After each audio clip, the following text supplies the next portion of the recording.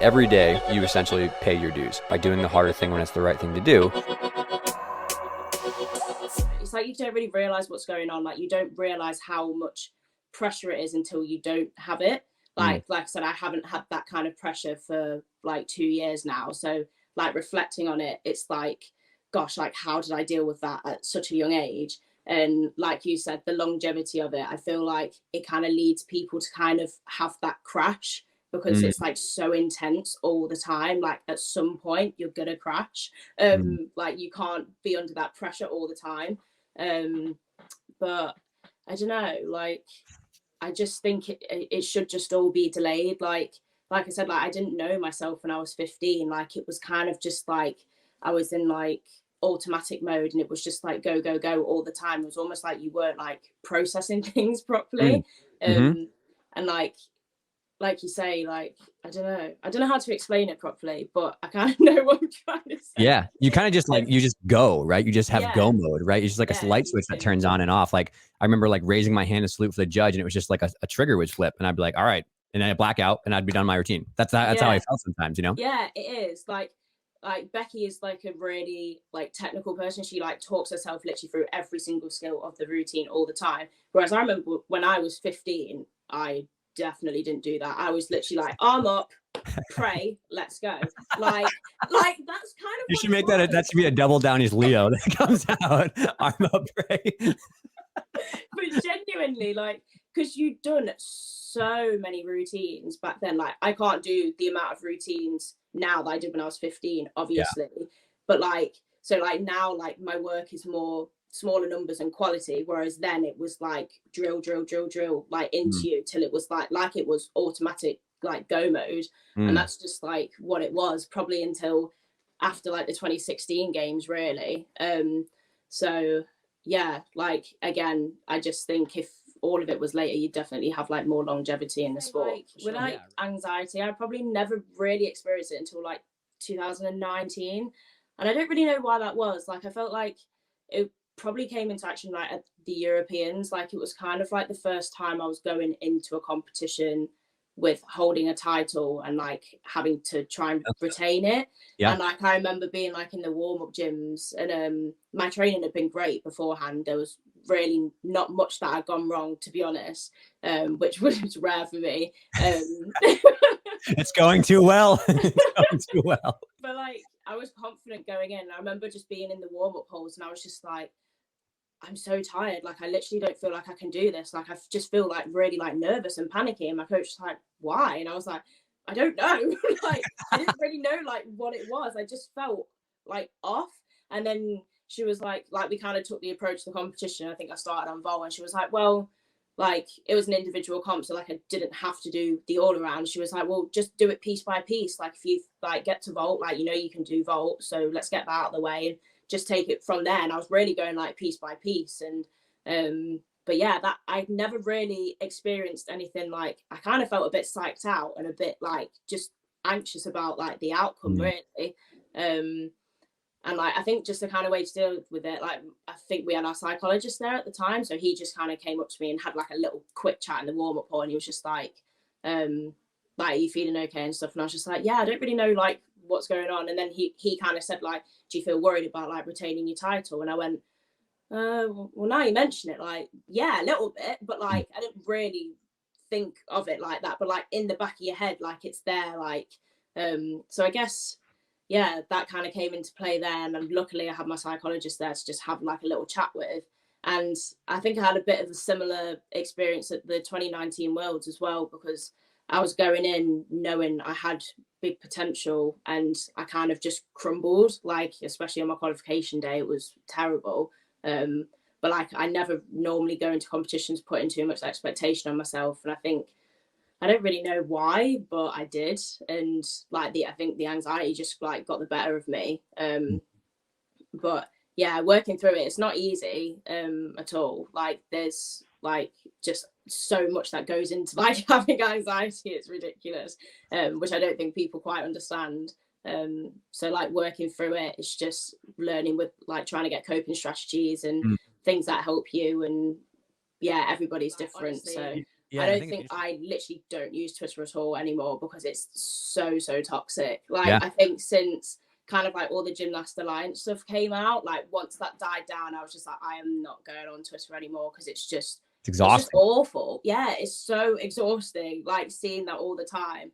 And I was just like, I do not want to get caught up in like just, I don't know, it's just rubbish, isn't it? And it's just like, it just ruins the sport.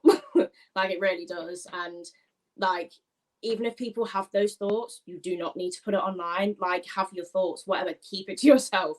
You do not need to post it to like thousands and thousands of people. Like, everyone's going to see it. And yeah, it's just the worst platform, I think, Twitter. A lot of coaches are ex-gymnasts, and I feel like they can sometimes try and live out what maybe they didn't do through the kids that they're coaching, which I think is like really bad because like you're coaching kids, you need to kind of put your emotions to the side because it's about them, it's not really about you.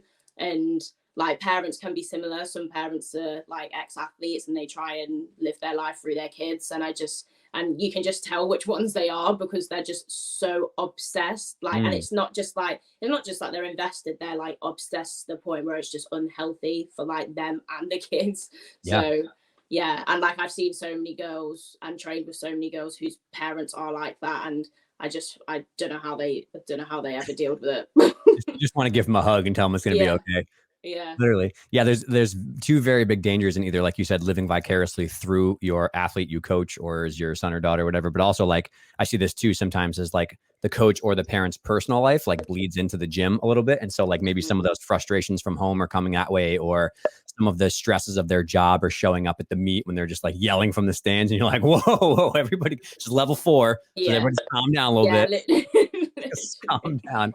Even at the younger junior levels, right? So say we're not even talking international, we're just talking like fun gymnastics, right? You probably spend like 10 hours per week at the gym, right? And then as you get older, 15, 20 with you, it's like crazy amount of hours. Like it's like going to work or a job. Like, would you go to a job you absolutely hate? No, you would try to find a job you enjoy that gives you meaning and purpose, that you're heard and you're like with the community you love.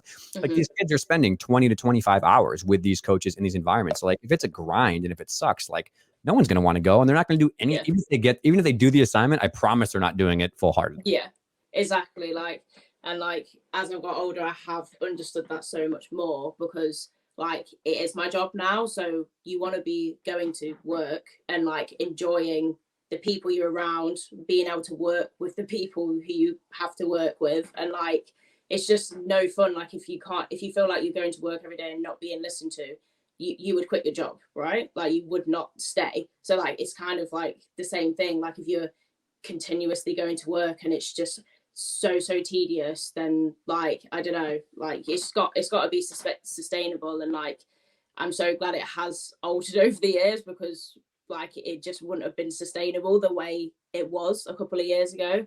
And like again, as you get older, you just understand things more and just know that some treatments just like aren't acceptable, and like why would you stay in it if you're going to keep getting treated like that? So like, I really want to see the culture change around, like, say someone takes a nationals off, or say someone doesn't go to a camp, or say someone, wants to have a mental health season and they want to take a step back because they're going through puberty, right? Like that should be accepted and encouraged in the right light to support someone through that journey if they have 10 more years to go through. Because I'll be honest, like I've talked to some people behind the scenes. I cannot imagine either having a daughter or being someone 13 years old in a leotard, going through puberty on a national stage, trying to meet all these expectations for all these people. Like that would drive me off a cliff. And if I was a dad with a young daughter, I would be like drop kicking people in the stands if they were talking and trying to make my daughter do something like that. Like that's crazy. That's crazy.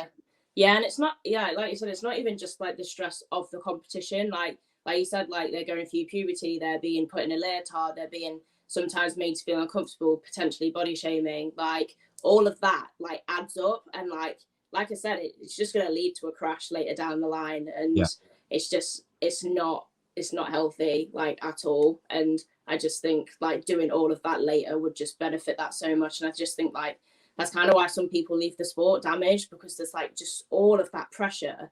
And then a lot of people come out of the sport with nothing because they don't make it to the top. Like, and it's just, it's not easy at all. Like I feel that like, again, 95 to 98% of the people in gymnastics are amazing people doing the right thing, but we're stuck in this like I feel like we're living in like this weird, Willy Wonka land where things are not like the culture itself is so rigid in their ways that like we're trying to claw our way out of this like weird scene we're in, but we can't do it. There's so many coaches that are national level or whatever that really want to do something different. But if they do, they get completely ripped apart by the higher ups, or the rules don't permit them to do that, or the college recruiting is so insane, or the squads that are expected from 10 to 8-year-olds. And so like, I think it's going to really take some serious like overhaul for someone to be able to step into a new model. But like, man, there's so many people who leave unhappy. And I guarantee that if this podcast, like you like listen to it and ask like your son or daughter or the kid you coach, like, hey, there he is. There he is. There he is.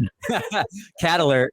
But if people were to like listen to this podcast or some of the other ones we've had around like nutrition and body image and puberty, and they were like, is this true? Do you think this is true? The son or daughter would be like, oh, you don't even know the half of it. Like, this is like barely scraping the iceberg of what really goes on in our culture.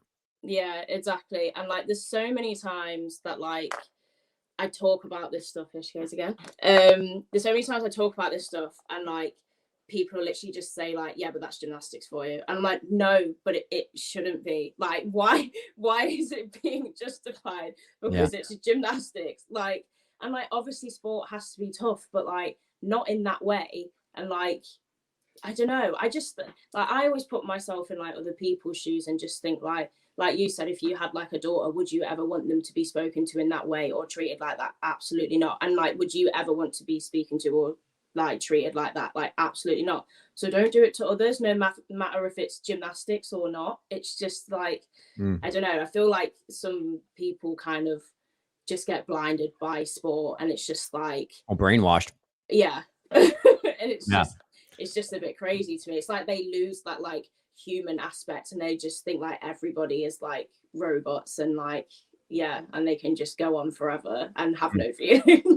It's really a shame, right?